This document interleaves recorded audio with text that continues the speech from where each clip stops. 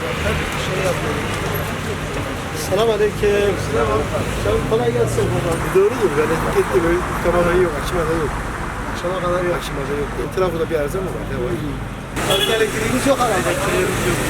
Evet. Bugün yok. İnşallah sık sık gitmiyor. Arka tarafta tadilat sigara yok ondan herhalde. Bugün trafik patlamış. Akşama kadar yok. Gelir inşallah. İnşallah. Onları dinleyelim. Var mı isteğiniz? Mayıs. Elektrikleriniz yok, kusura bakmayın. Yok, estağfurullah.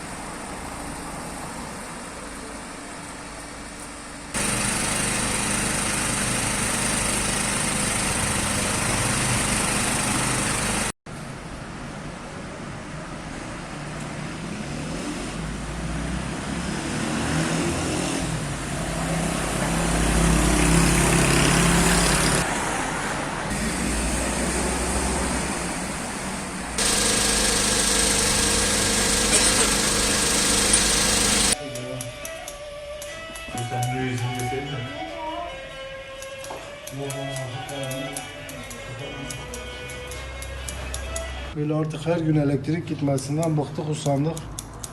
Benzin parasına yetiştirecek paramız olmadı. Biz de telefon ışığında tıraş etmeye başladık.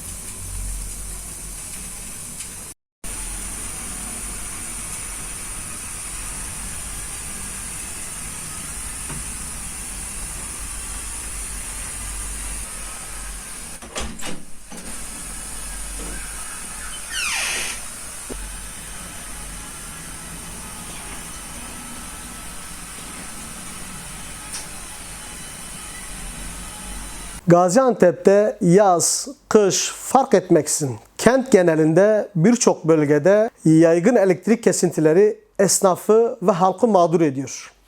Şehir merkezi başta olmak üzere kent genelinde birçok mahallede gün boyu süren elektrik kesintileri nedeniyle vatandaşlarımız saatlerce karanlıkta kalıyor. Türkiye'nin en büyük illerinden biri olan Gaziantep'te her gün saatler süren plansız elektrik kesintileri halkımızı canından bezdiriyor.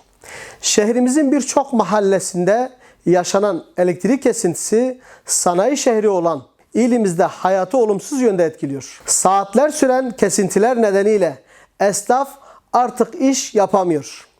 Ekonomik sıkıntılar nedeniyle zaten zor günler geçiren esnafımızı bir de bu yönden mağdur edilmesi kabul edilemez. Özellikle berber, terzi, tamirci, kasap, eczane ve iletişim sektörü gibi birçok sektör olumsuz etkiliyor. Elektrik kesintisi nedeniyle iş yapamayan esnaf çaresiz bir şekilde saatlerce enerjinin gelmesini bekliyor.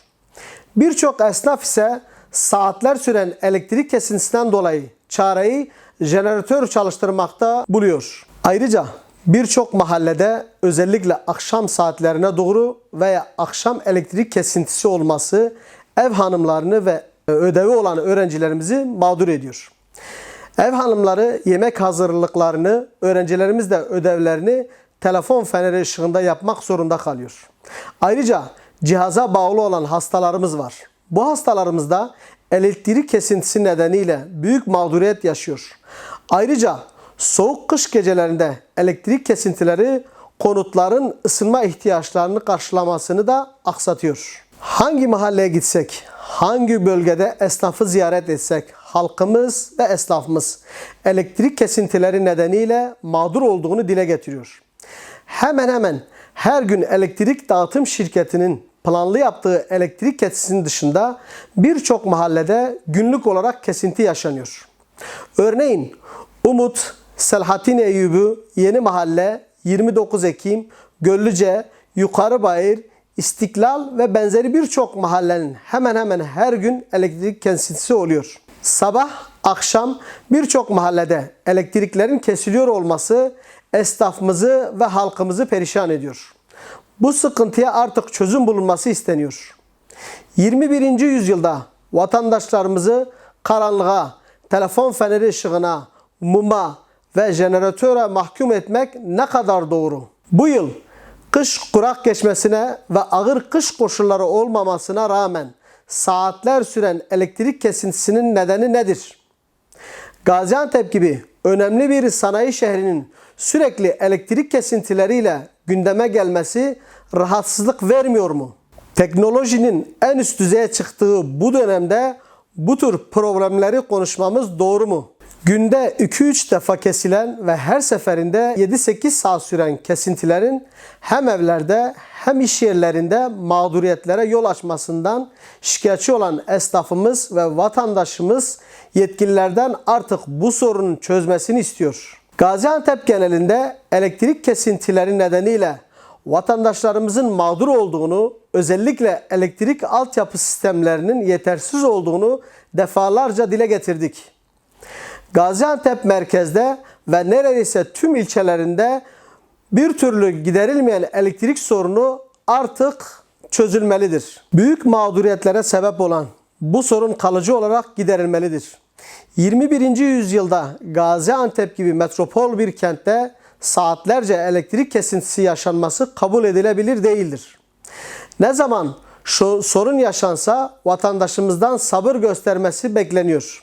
Gaziantep'li hemşerilerimizin özellikle elektrik sorununa artık sabredecek gücü kalmadı. Bu konuda yapılması gereken çalışmalar hızlandırılmalıdır. Elektrik kesintilerinin nedeni araştırılmalı ve sorunun çözümü için gerekli çalışmalar arttırılmalıdır.